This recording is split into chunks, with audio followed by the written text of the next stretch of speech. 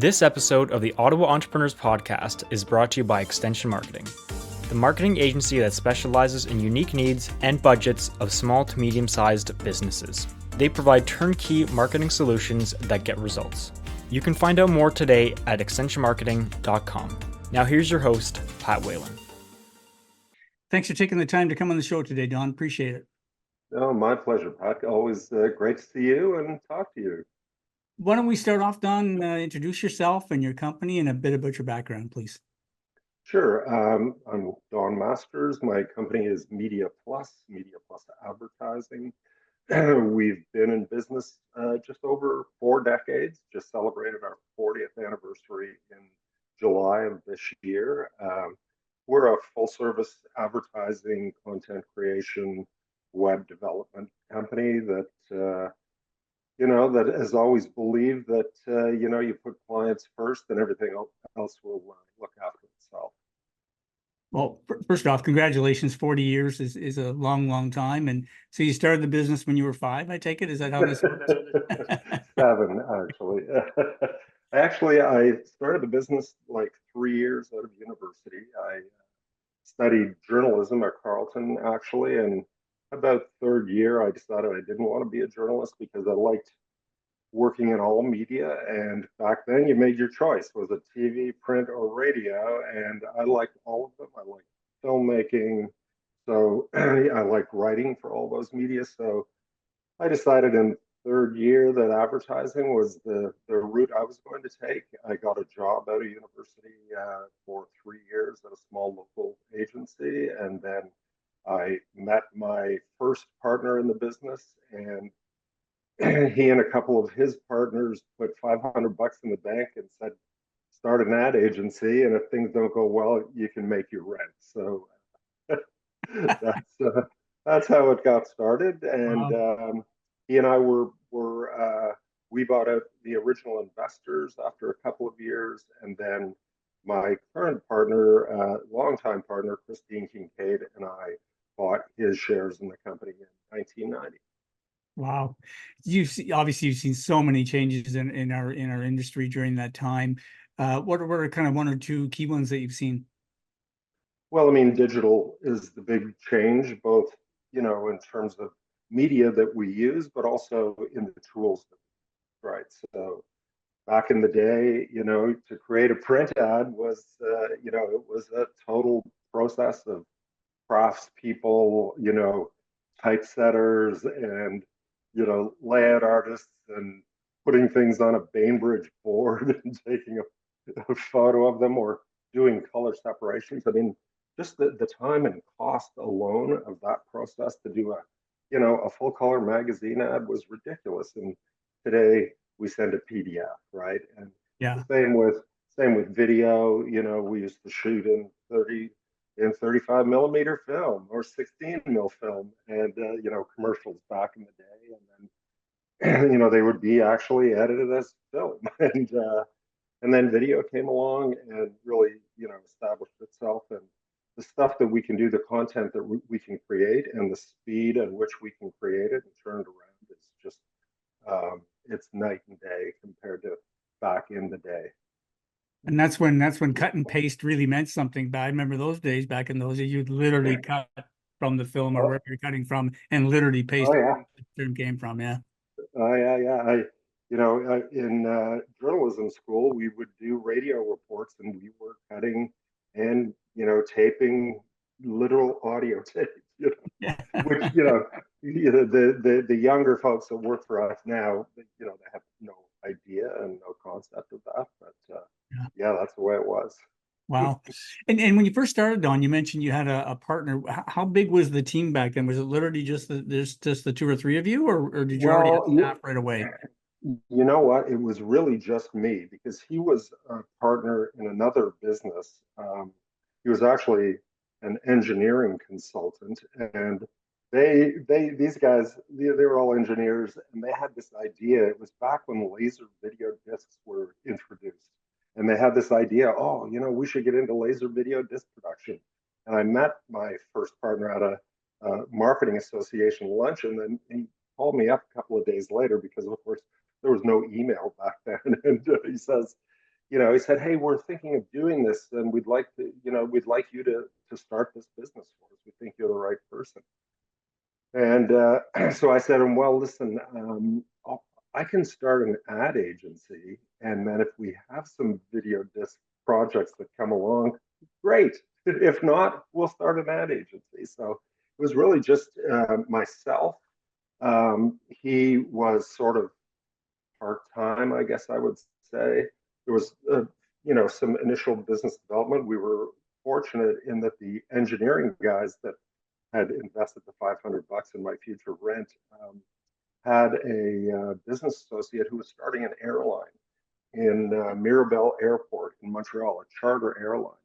And we ended up getting that account and actually having revenue starting the month after I started. So, yeah, and then we just took it from there. I mean, there was a lot of business development going on. I worked with a freelance art director. I'm a writer, so, we had that kind of covered. And then we just started to build the team. It moved every year because we were growing and needed more space. And yeah, so it was a bit of a whirlwind for the first number of years. And I drive by different locations in town and think, oh, we used to have an office there. We used to have an office there. Now we're well settled on Catherine Street. Nice. And in those early days, you would have been a pretty young guy back then. So were you intimidated by the business development side of things? And the reason why I ask this is that it's become a common theme now on the podcast, Don, when we're talking to veteran entrepreneurs and they're coaching and mentoring new entrepreneurs, and a lot of the new entrepreneurs don't want to do that part of it. They think it's just going to magically come to them. So I'm curious, you would have been pretty young then. How was that for you?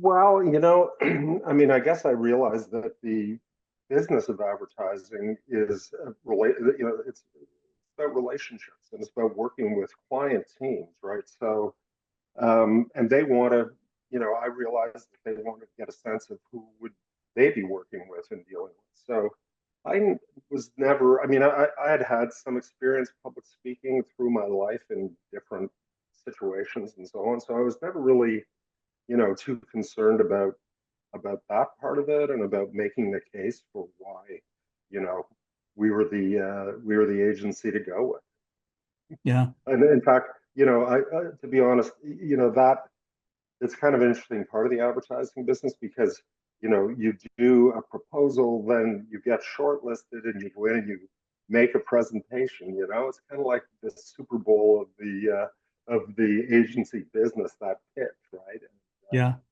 So it's like it's exciting and a nervous time as well. But if you can channel the nerves the right way, then it didn't bother me at all, and I still love it. What was the transition like, Don? So you're starting off by yourself and a partner, and you land this big account, then you start bringing in some freelancers. I assume at some point early on, freelancers become full-time employees, and now your role, well, correct me if I'm wrong, was it your role to kind of oversee those people, at least in the initial days? So the way that it worked is as my first partner got more involved in the company, and then my current longtime partner, they were both marketing strategy people and business people and kind of knew how to run a business. So I was never so much involved in that side of things. So I, managed the creative team and have always managed the creative team, whereas my partners have managed more the media strategy side of the business as well as running the business as well. So my partner, Chris, she's both VP and COO of the company. So Gotcha. I don't get too deep into the weeds on the running of the business stuff, but certainly managing the creative team for sure. Yeah. So it's nice to have that. If you're a creative type, anyone listening that's a creative type of person that may think they don't have the necessary skill set or don't want to learn the skill set to be more of an operator, that there's options out there, either a potential business partner or a strong employee. Exactly. Yeah. Okay. Yeah, totally. Good for people to know that. And then Don, over the years, kind of was there a real tipping point for you when you grew to a significant size where you, and what was that tipping point? Was it based on a certain type of account you had, or a large account, or just revenues overall? Well, so I mean, I think we've always liked to think of approach things through a smart kind of growth approach. So, I've always wanted to be involved in the actual work, the crafting of the creative and messaging and content, and so we scaled up to, at one point we probably had 26 people on staff. Today we're fewer than that. We're just under 20 people on staff, and we're kind of right sized after the pandemic. And we had some people leave us during that time, and kind of found that we were okay with the team we still had in place. So right now, I mean, the option is always there. If a big account walks through the door, or we win a big account that requires more human resources than we have, we're going to be hiring people. That's kind of the way we've always managed the team and the resources that we bring to the table for clients. It's smart. It's a smart way to grow a business because, when something like the pandemic comes along, you don't have too much overhead that if you had to trim it back, or not at all, hopefully, that you're able to do that versus, being overstaffed. And I know in talking to other agency owners, sometimes, if I'm working with them or coaching them, look at the profit margins, they're so narrow, like there's nothing there. Boy, lose one account and the whole thing is going to collapse. So it sounds like you did a bit of an opposite thing, that, hey, just grow smartly and slowly. And what else we did, Pat, is that, we've never had dedicated business development people on staff. It's always the key team members that are going to work on an account that will pitch the account. And honestly, we haven't been the kind of agency that's just constantly out there chasing new business. We've always believed in developing long-term relationships with clients, delivering value for them, and reminding them that we do that with real data. So we've been fortunate that we've had some clients. Honestly, we've been an agency for Canada Post for almost 4 decades now, and they go through a regular 5-year review and competition. And so great client, great brand. So we would rather focus on delivering for them than chasing after the next big thing, and just going on a growth strategy. That's never really been our thing.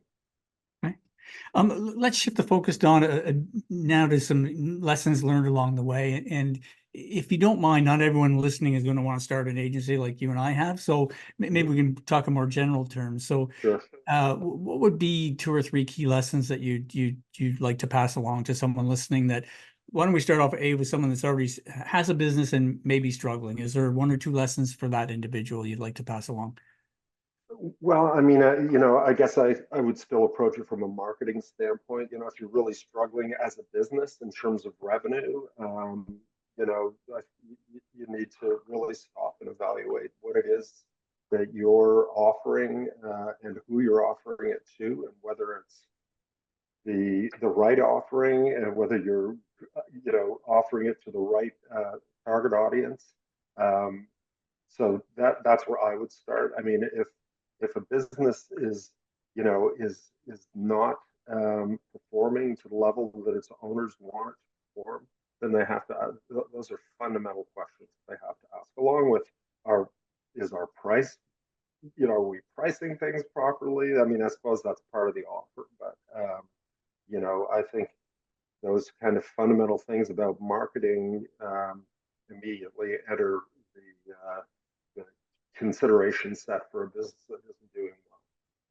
Maybe I'm biased toward marketing in that regard, but well, the advice that I like to give people is, sales cures all. At least you got to start there, right? And sales can come either from direct selling or through marketing, or ideally it's a combination of both. But and again, we mentioned this earlier in our conversation, but I find a lot of the startup entrepreneurs, small startups, mind you, but they resist that side of it. And the way I approach it with them, if they come to us for advice, is listen, if you really believe in what it is that you do, then you are doing somebody a disservice, your ideal client or ideal prospect, a disservice by not making them aware of this product or service that you offer.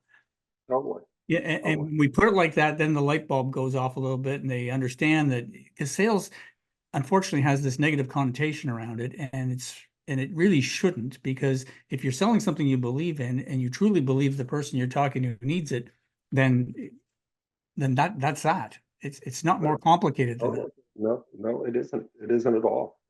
And yeah, sales, maybe that's not the right word for it. Maybe it should be, it's that more global marketing, right? As Yeah, opposed to yeah. just sales, right? So Yeah, that's a good point. And a lot of people, I remember one of my old bosses said to me one day, he goes, and it's a very successful entrepreneur. He said, what is the difference between sales and marketing? And I really had to explain it to him. But at the end of the day, you need both. There are two halves that have to fit together. totally, Yeah. totally. Yeah. What about on the finance side of things, Don? Any advice you'd give to someone that may be struggling? Well, I mean, I guess, to be honest, we've never, we've never looked at financing, outside financing in the history of the business. It's always been self-financed by revenue. But I know that our business, I mean, it's a professional services business. It's a little different if you're in a manufacturing business or something. Obviously, if you feel that there are, you know, you've got good potential going forward, then I wouldn't hesitate in reaching out to financial institutions and you know and getting their investment in your business, and that you can hopefully pay back quickly and start earning. Okay. What about someone that's listening that may be thinking of starting a business? What lessons would you like to pass on to them? Well, I wasn't thinking of starting a business when I actually started my business. It was a bit of a situation that just kind of came to me in that regard. But I think, you know, my advice would be to make sure that you're completely committed to whatever the business is, that you have a clear vision for the business. You're committed to it. You're willing to put in the hours to make it happen and make it successful, and not to be, not to walk into it with your eyes closed, walk into it with your eyes open, and to have, I think a clear map of expectations, where you expect to be within 6 months or a year, 2 years, 3 years, and then use that as those are the benchmarks you're trying to reach. And if you're not there after the first year, ask yourself why, and maybe you need to reset for year number two. But yeah, I think just having a realistic view of what it takes to run a business, and to have a good plan to make it succeed. I'm sorry, my throat is a little less. It's all good. You can edit that. um, Don, last few guests I've had on the podcast, one of the topics that have come up kind of post-pandemic is that maybe not everyone's cut out to be an entrepreneur. And I'm repeating myself for our loyal listeners, but you're going to hear it again, that we're not trying to discourage anybody. It's not the point here, but I also think that not everyone is cut out for this. Would you agree with that? Yeah, I would agree. I would totally agree with that, Pat. I mean, I think you have to, people who want a really good work-life balance probably aren't cut out for entrepreneurship. In all seriousness, it just takes more hours on the entrepreneur's part to create it and maintain a successful business. You might get to some point where you can gradually offload certain responsibilities to others. and depending on, if your ultimate goal is an IPO and walking away with untold wealth, well, that's a little different than, running a professional services firm like ours.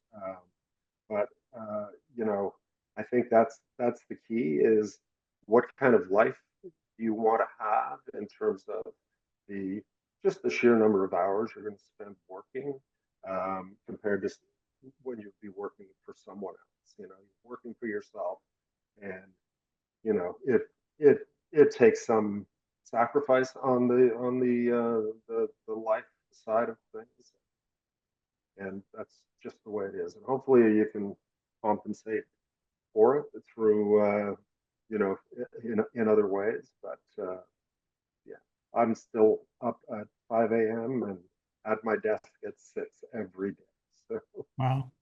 And that, Don, when I first started this 10 years ago, because it was a trend, as you know, I was a longtime employee for years and years and years. And I read this great article. I forget who wrote it, but they talked about when you own a business, you do not have work-life balance, but you have to figure out a way to have work-life integration, how to integrate the two. And it really was something that resonated with me when I read that. I said, okay, they're being honest. You're not going to have a work-life balance the traditional way. You're not necessarily, when you're home at 5, you're not shutting things off. We're always, our brains are working on the business constantly.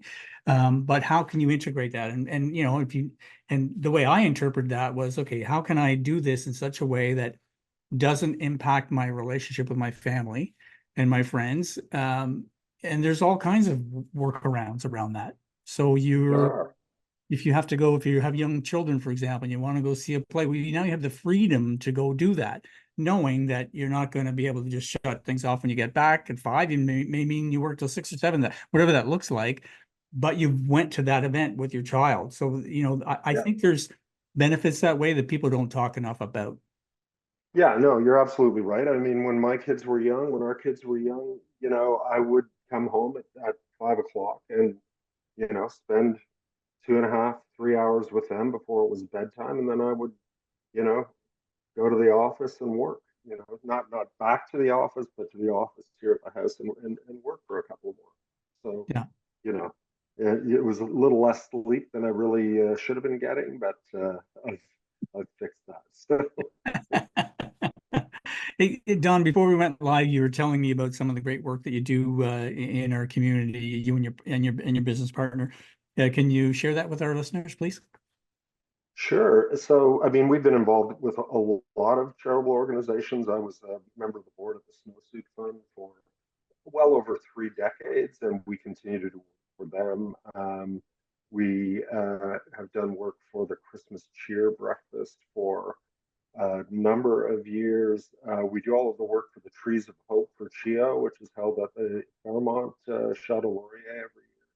So we do build the website, handle all the branding and communications for it. My business partner, Christine Kincaid, she's involved with the group that goes out Thursday nights and literally feeds the homeless, hands out sandwiches to people living in the street.